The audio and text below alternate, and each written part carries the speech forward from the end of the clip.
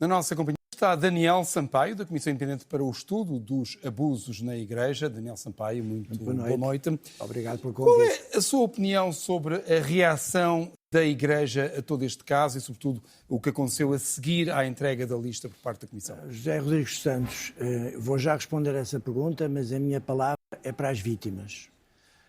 O meu abraço solidário e o meu compromisso público de continuar a defender a causa das vítimas.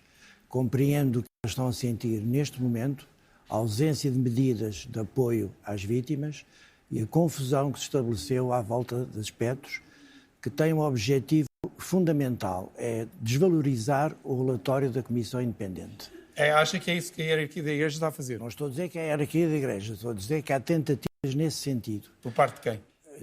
Por parte de arautos, daquilo que eu tenho chamado as pessoas que não querem uma Igreja renovada.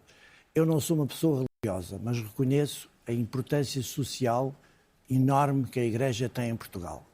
E, portanto, o principal problema neste momento é nós, passados 1 mês e 5 dias da entrega do relatório, em que nós propusemos uma série de medidas e fizemos o diagnóstico da situação, depois de um trabalho de 1 ano, numa comissão muito bem liderada pelo Dr. Pedro Stresch, e que eu tenho orgulho em ter pertencido, nós fizemos um trabalho que eu considero sério e que foi reconhecido como sério e como diagnóstico da situação por largos setores da sociedade portuguesa. Uns dias depois houve uma conferência de imprensa dos bispos e a partir daí instalou-se uma confusão. Instalou-se uma confusão porque as vítimas não ficaram no centro do debate e da intervenção. Nós propusemos 16 medidas concretas para apoio às vítimas e para continuidade do estudo do problema. Dessas 16 medidas, 0 estão implementadas. E, portanto, o que nós assistimos neste momento, e é preciso perceber que as vítimas neste momento não têm sítio onde se dirigir, porque a Comissão Independente extinguiu-se, entregou o seu trabalho, as vítimas não têm um telefone onde se podem dirigir. Nós conservamos o nosso e-mail e temos recebido pedidos de ajuda e através dos telemóveis das vítimas presenciais que falaram connosco. Quem devia criar esse mecanismo devia ser a Igreja ou uma entidade independente? Não, nós propusemos a criação imediata de uma comissão independente constituída maioritariamente por pessoas fora da Igreja, integrando elementos da Igreja, que possa dar continuidade ao nosso trabalho. Mas quem criaria? Seria o Estado? Seria a sociedade civil? A Igreja tem uma responsabilidade de continuar este trabalho, porque a Igreja é responsável por milhares de vítimas do abuso sexual. E as consequências do abuso sexual são de uma enorme gravidade. Um estudo de 2022, em que foram estudados durante 5 décadas as consequências do abuso sexual, provam inequivocamente que estas pessoas têm problemas de ordem psicológica e física devastadoras ao longo da sua vida. Chamado stress pós-traumático. Não só isso. Se fosse só isso já era muito, mas tem muito mais depressão, tem muito mais ansiedade, tem mais perturbações psicossomáticas, tem mais perturbações do sono e tem suicídios. Na nossa investigação nós temos 7 suicídios. Estamos a falar, portanto, de uma população extremamente vulnerável. Portanto, a Igreja tem que tomar medidas e está paralisada, na minha opinião, por vozes contraditórias no seu seio, por pessoas que não querem a renovação da Igreja e a tomada de medidas. Mas se a Igreja não faz isto, até porque seria algo que a poria em causa, não faria sentido que fosse uma entidade independente da Igreja a fazê-lo, porque teria muito mais, obviamente não haveria conflito de interesses. Nós propusemos uma nova comissão independente, mas o Governo está a tentar dar resposta também a este problema. Posso afirmar que, neste momento, estamos a começar a estruturar, no Ministério da Saúde, o apoio psicológico e psiquiátrico a estas vítimas, justamente porque a Igreja não criou nenhum dispositivo de escuta e de apoio a estas pessoas. E mais, a confusão que tem sido estabelecida à volta da lista, essa confusão é da responsabilidade da Igreja. E é preciso dizer isso de uma forma muito clara.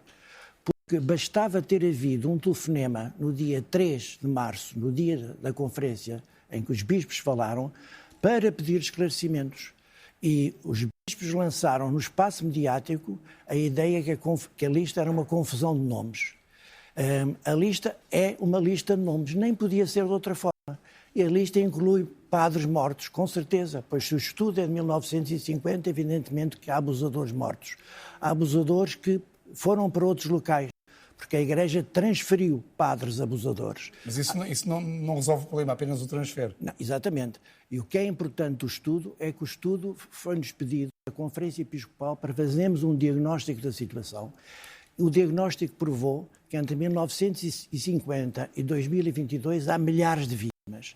Não interessa se a nossa estimativa está certa, são 4.800. Seguramente houve milhares de vítimas.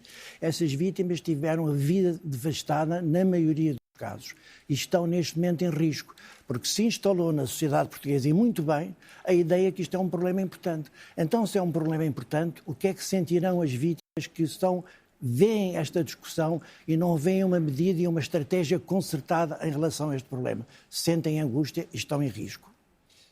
Acha que a hierarquia da Igreja Católica estará a esconder mais casos que não são conhecidos e que a Comissão não chegou a eles, ou acha que o que a Comissão sabe é o que a Igreja sabe? Em todas as situações de abuso sexual existe ocultação. Isso é inerente ao abuso sexual. Mas nós estamos a tratar do abuso sexual na Igreja Católica. Estou a falar da hierarquia saber, sim. Não é? E, portanto, nós sabemos que houve senhores bispos que estão neste momento no ativo, que foram contatados pelas vítimas e não tomaram nenhuma atitude. E, portanto, esses bispos, na minha opinião, devem rapidamente atuar, sobretudo no sentido do afastamento temporário dos padres.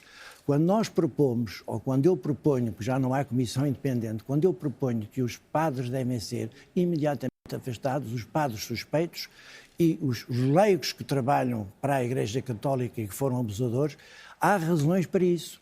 É porque essas pessoas não são doentes mentais no sentido rigoroso do termo, são até pessoas muito bem inseridas na comunidade, são pessoas que prestam relevantes serviços porque são pessoas que desempenham funções importantes, mas são pessoas que têm uma sexualidade perturbada. De uma forma muito simples, são pessoas que têm um alerta sexual perante a imagem de uma criança, quer seja uma imagem em vídeo ou na televisão, ou na internet, ou seja uma criança na sua presença. Portanto, há sistemas fisiológicos nos abusadores que são ativados perante uma criança. E, portanto, se essas pessoas não tiverem uma intervenção terapêutica, essas pessoas ficam em alerta sexual. E, portanto, nós temos a ter muitas pessoas que estão em risco de repetir o crime que cometeram. Só para concluir muito rapidamente, isso quer dizer que acredita que a Igreja sabe mais do que está a dizer? Isso? Não tenho a menor dúvida que a hierarquia da Igreja sabe mais e também acredito que haja movimentos católicos que querem uma Igreja renovada que tudo farão para levar este assunto a bom termo. Daniel Sampaio, muito obrigado por ter estado no Telejornal.